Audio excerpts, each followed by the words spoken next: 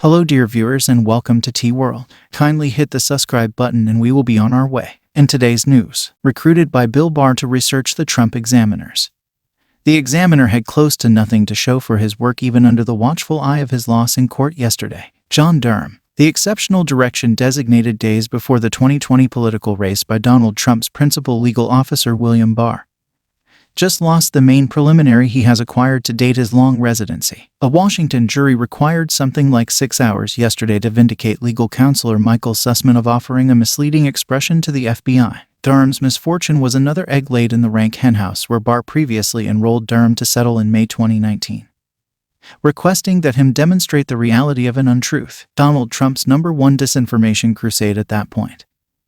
That the FBI's 2016 Trump-Russia examination was a witch chase. In October 2020, 17 months after that underlying task, Barr made Durham an extraordinary guidance. That's what which intended, regardless of the result of the 2020 political race.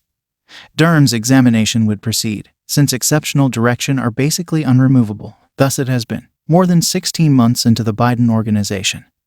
The DOJ stays burdened with Durham the second he let Barr enlist him. Durham, a previous U.S.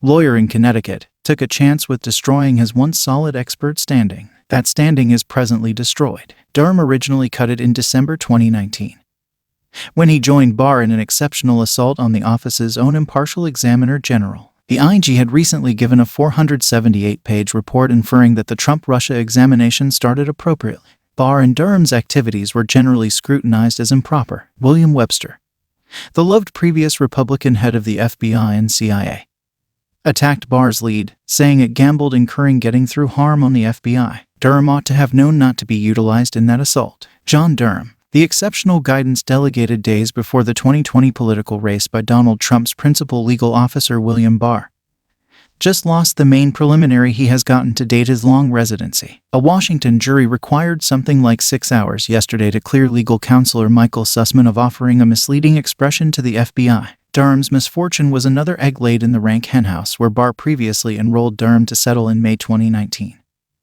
requesting that him demonstrate the reality of a falsehood, Donald Trump's #1 disinformation crusade at that point. That the FBI's 2016 Trump-Russia examination was a witch chase. In October 2020, 17 months after that underlying task, Barr made Durham a unique direction. That's what which intended, regardless of the result of the 2020 political decision, Durham's examination would proceed, since exceptional guidance are basically unremovable. Thus it has been, more than 16 months into the Biden organization.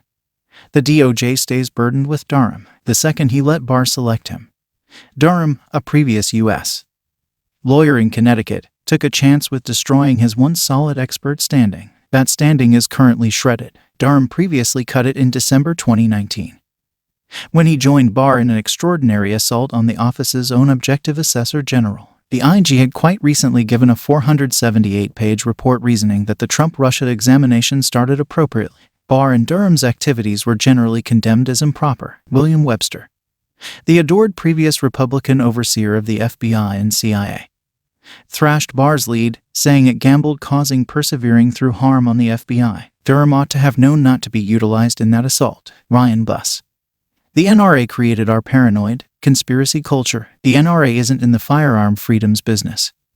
It's in the way of life war. Then, at that point, in September 2020, Nora Danay, Durham's regarded and steadfast assistant, left his group. She communicated worry about, in the expressions of the Hartford Courant, strain from Barr to deliver results before the political race. Durham might have withdrawn then, at that point, as well, and saved himself further humiliation. All things considered, the prior month, Durham had gotten his solitary conviction, a blameworthy supplication from that point FBI legal counselor Kevin Kleinsmith for misleading examiners in June 2017. In any case, a low-level FBI specialist's falsehood, almost a year after the Trump-Russia examination started, never really demonstrated that the FBI had sent off the examination misguidedly. Quick forward to September 16, 2021, when Durham prosecuted Sussman, days before the 5-year legal time limit expired. As certain pundits noticed, the arraignment smelled of non-legal objectives. It appeared to be that Durham was attempting to legitimize the public cash he'd squandered supporting Trump's bogus story that it was the huge Awful Clinton crusade behind the Trump-Russia examination. The alleged lie for which Durham prosecuted Sussman happened in mid-September 2016.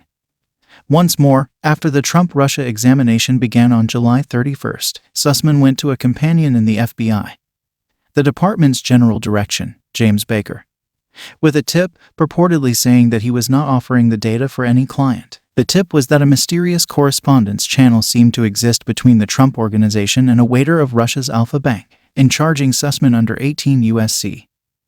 As Son 1001, Durham's group claimed that Sussman deceived Baker, not about the substance of the tip but rather in light of the fact that Sussman was working for the Clinton lobby. He was, in any case.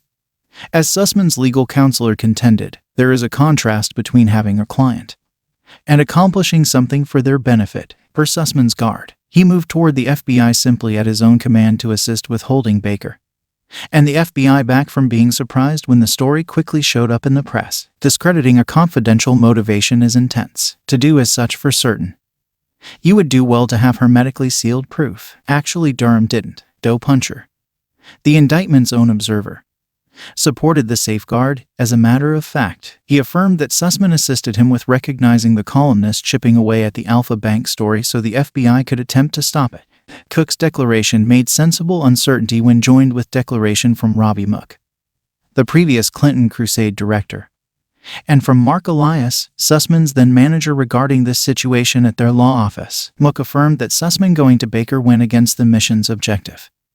FBI contribution was unfortunate since it could defer a report that the Clinton lobby would have needed distributed. Elias affirmed that he never approved Sussman to contact the FBI. In addition, the arraignment had Sussman's client charging sheets, while he charged the Clinton lobby for work on private undertaking the day he addressed Baker.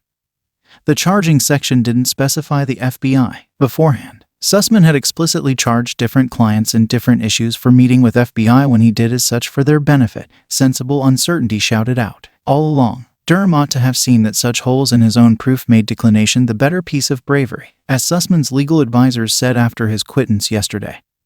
Sussman ought to never have been charged in any case. This is an instance of uncommon legal excess. Prosecutors know the risk of bringing powerless as Son 1001 prosecutions, deflecting people from offering tips inspired by a paranoid fear of being indicted for lying on the off chance that something ends up being mixed up. Investigators, that is to say, with no political grievance, terrible choices and the scarcity of results portray Durham's entire residency. However, there are no signs that he means to shut everything down at any point in the near future. He has one more case forthcoming. Truth be told, last November, Durham's office prosecuted Igor Danchenko, a person who added to the Steele dossier, and especially the scandalous gossip of a Trump P-tape. Danchenko's preliminary is planned to start off this fall. For Danchenko's situation, as in Sussman's, the prosecution isn't for any bad behavior connected with the beginnings of the Trump-Russia examination. Rather, it's one more instance of an indictment on Son 1001 charges of hence misleading examiners. Perhaps Durham will get a conviction for Danchenko's situation,